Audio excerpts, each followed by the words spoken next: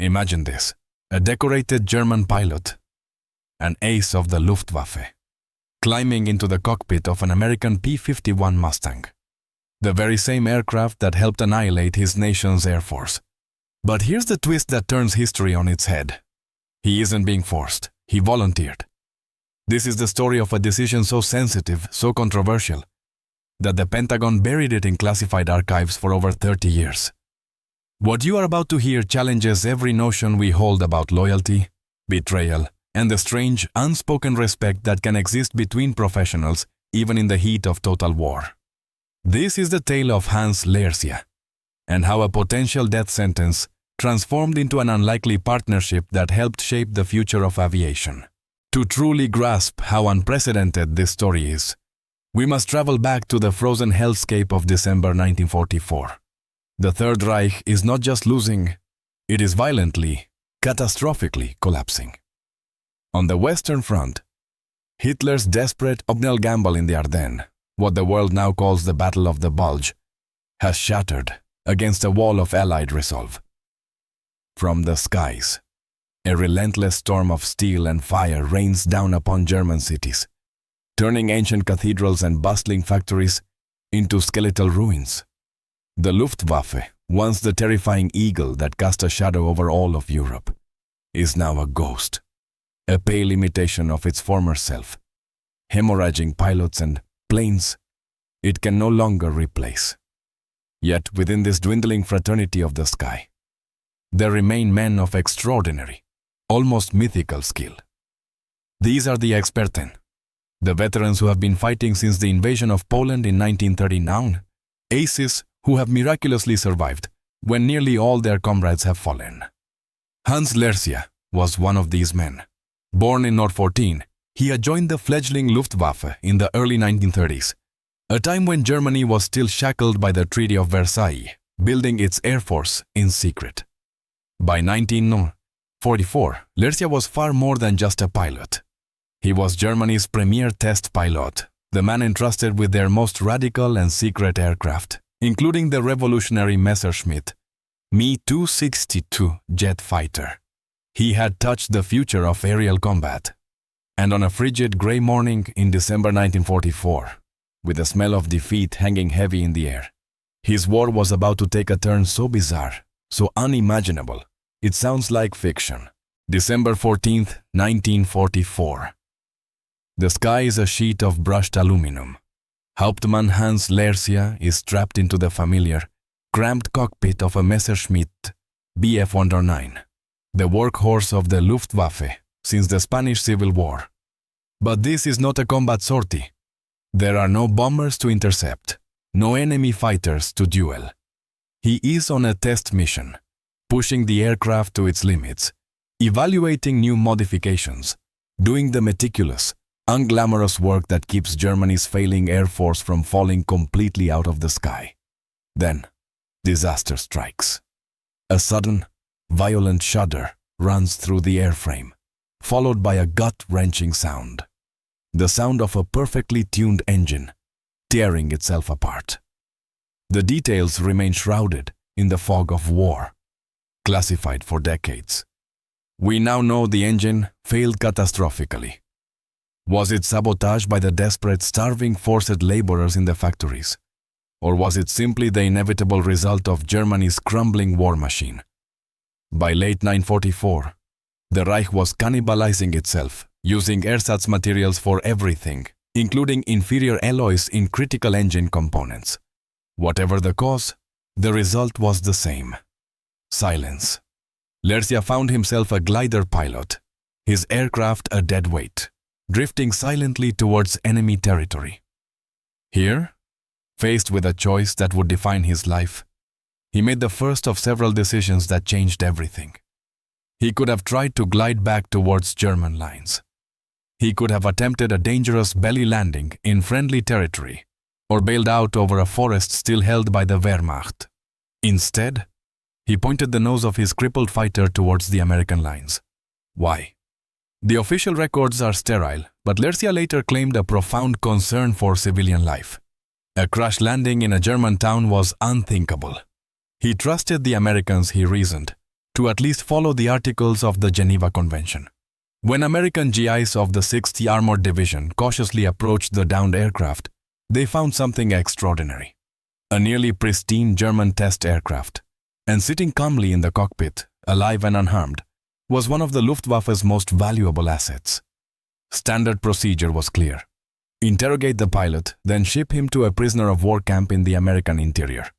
But when intelligence officers understood who they had just captured, everything changed. This wasn't just another downed pilot. This was the key to unlocking secrets that could shorten the war. The moment Lieutenant Colonel Harold "Hal" Watson sat across from the captured German pilot, he knew this was different. The air in the makeshift interrogation room was thick with the smell of damp canvas and stale coffee, but a current of electric potential passed between the two men.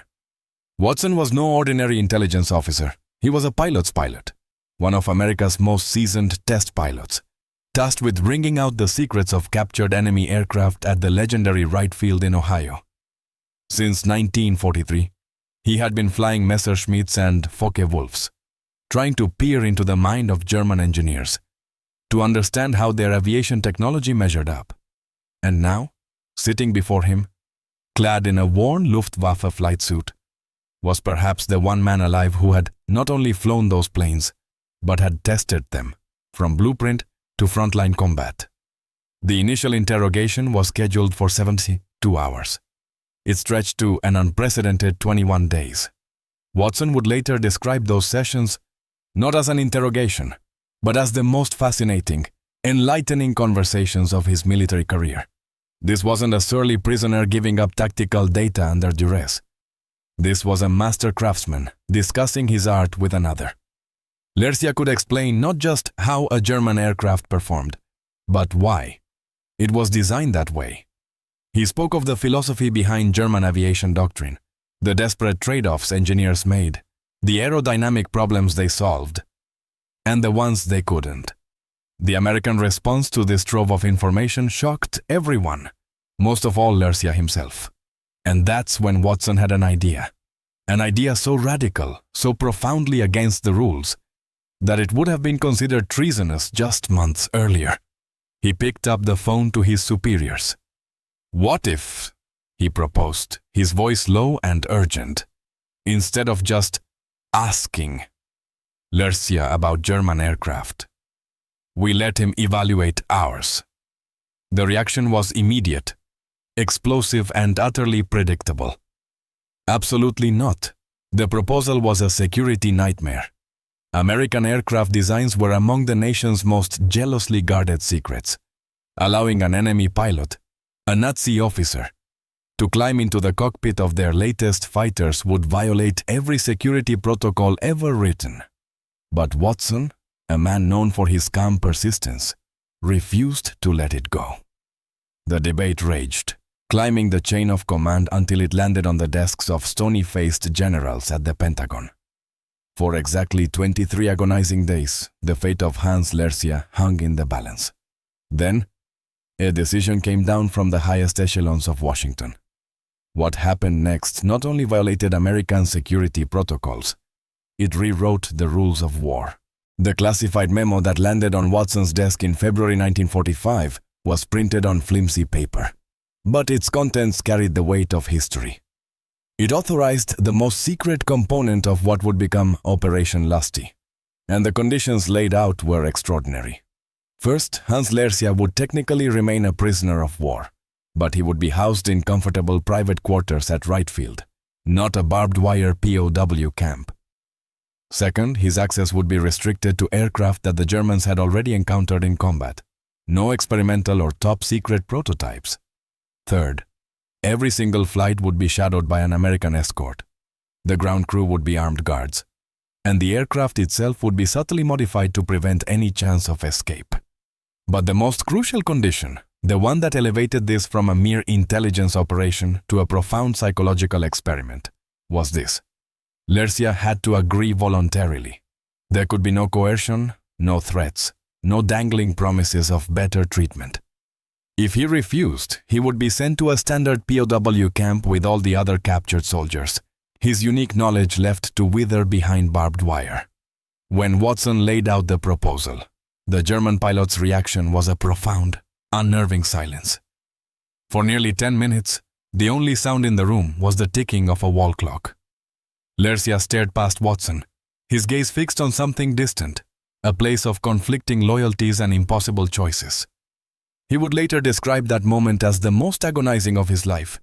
He was being asked to actively aid his nation's enemies.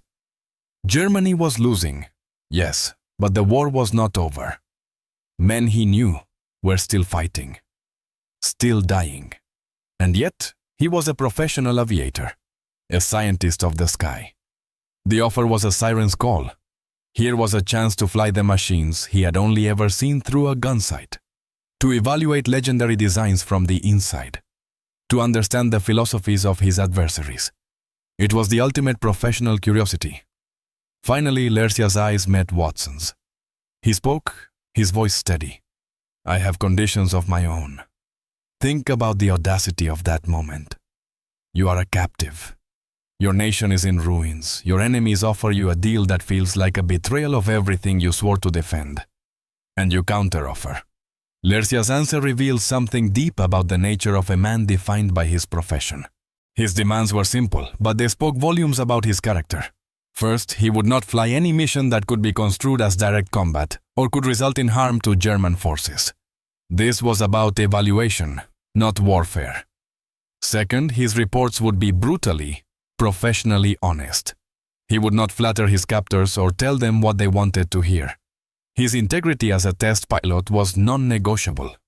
Third, and most tellingly, he asked for assistance immigrating to the United States when the war was over. He saw the future, and it was not in the ashes of the Third Reich.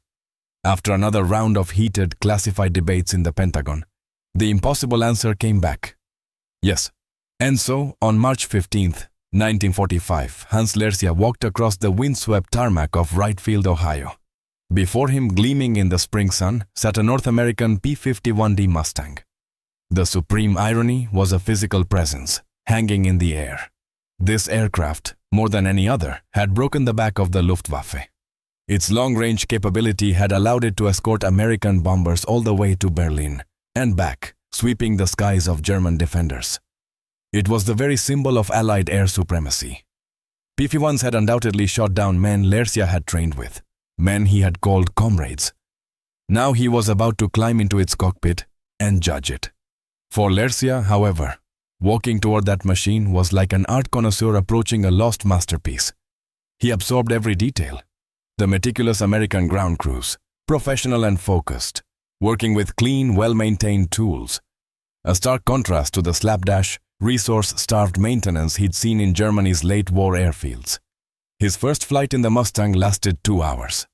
When he finally climbed out, his face a mixture of exhaustion and exhilaration. The crowd of American test pilots gathered around him fell silent, hungry for his verdict. Lercia's response was characteristically blunt and utterly profound. "Your engineers," he said, pulling off his flight helmet, "have solved problems we did not even know we had. But here is the bombshell that the Pentagon kept secret for 33 years.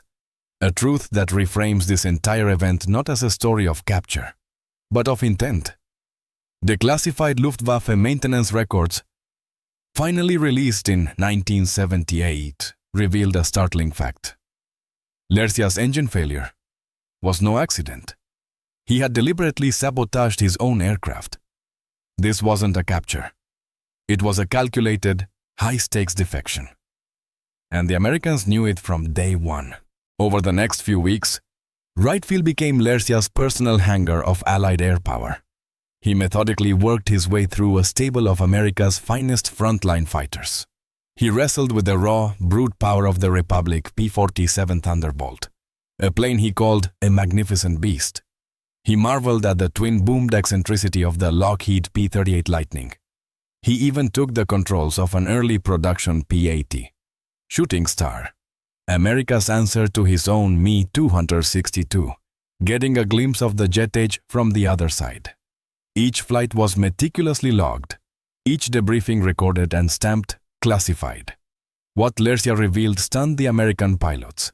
Evaluating the P-47 Thunderbolt, a plane often underestimated by German pilots. He instantly put his finger on a core philosophical difference. German fighters are designed for the frantic, short-range interception, he explained to Watson, tracing the wingspan of a model plane on the table. A quick climb, a single pass and home. We assumed you would fight the same way, but you have built your aircraft for endurance, for long, grueling missions deep in our territory. Your pilots can afford to stay and fight when ours are forced to retreat on fumes. The Americans were not just hearing about their own planes, they were seeing them through the eyes of their enemy, understanding their strengths in ways they never had before. But Lersia's most devastating critique was not of a single aircraft, but of the entire system behind them. After a month of intensive flying, he told Watson something that sent a chill through the Pentagon officials who read the transcript. "You do not just build better aircraft," Lersia stated, his voice heavy with the weight of revelation. "You build aircraft better. The quality control, the consistency from one plane to the next, the attention to detail in a simple hydraulic fitting. This is why you are winning the war." It wasn't just superior engineering he found in those cockpits. It was the overwhelming power of American mass production and logistical genius. It was undeniable proof that Germany, for all its early victories and technological leaps, never truly stood a chance. But as Lersia peeled back the layers of American strength, he also began to understand German weaknesses that had been invisible from inside the Reich. The real story, however, wasn't just what Lersia told the Americans about aviation. It was what he discovered about himself, about loyalty, and about the very meaning of the uniform he once wore with pride. Something happened in those American cockpits that would haunt him and define him for the rest of his life. The most remarkable part of this entire saga wasn't the technical intelligence Lersia provided, as invaluable as it was. It was the human element, the astonishing relationships that blossomed between men who just weeks before were sworn to kill one another. Lieutenant Colonel Watson, in his private journals, wrote extensively about his growing friendship with Lersia. "I had been prepared to deal with a Nazi fanatic, a true believer," he recalled. "Instead, I found myself in the company of a consummate professional, a man who approached every flight with the same sober dedication I tried to bring to my own work. We were adversaries, but we spoke the same language, the language of aerodynamics and stress tolerances." The other American pilots at Wright Field were initially wary, their suspicion a palpable force on the flight line. This was understandable. Lersia was the face of an enemy that had killed their friends. But as they worked together, as they saw his meticulous pre-flight checks and heard his incisive, objective post-flight analysis, suspicion slowly melted away, replaced by a grudging, then genuine, professional respect. For his part, Lersia was undergoing a profound and deeply unsettling revelation about his former enemies. Nazi propaganda had painted a caricature of Americans, soft, undisciplined, culturally inferior. But the pilots and engineers he met at Wright Field were the antithesis of this image.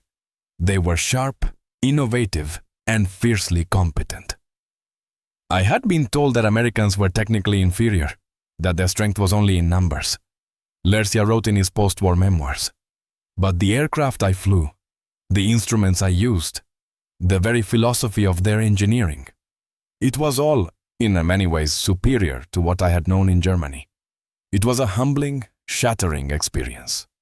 Watson became more than a handler or a colleague. He became a confidant. Their evening discussions would drift from aircraft performance to the abstract philosophy of flight testing, the future of aviation, and even their shared hopes for a world after the war. For Lersia, this created a deep psychological contradiction. He was, by every definition, aiding the enemy while his countrymen were still fighting and dying. This internal conflict would finally find its resolution on a single momentous day. May 8, 1945, when the German High Command officially surrendered, and the war in Europe came to an end. With the unconditional surrender of Germany, the war was over. But for Hans Lersia, the most dangerous part of his journey was just beginning.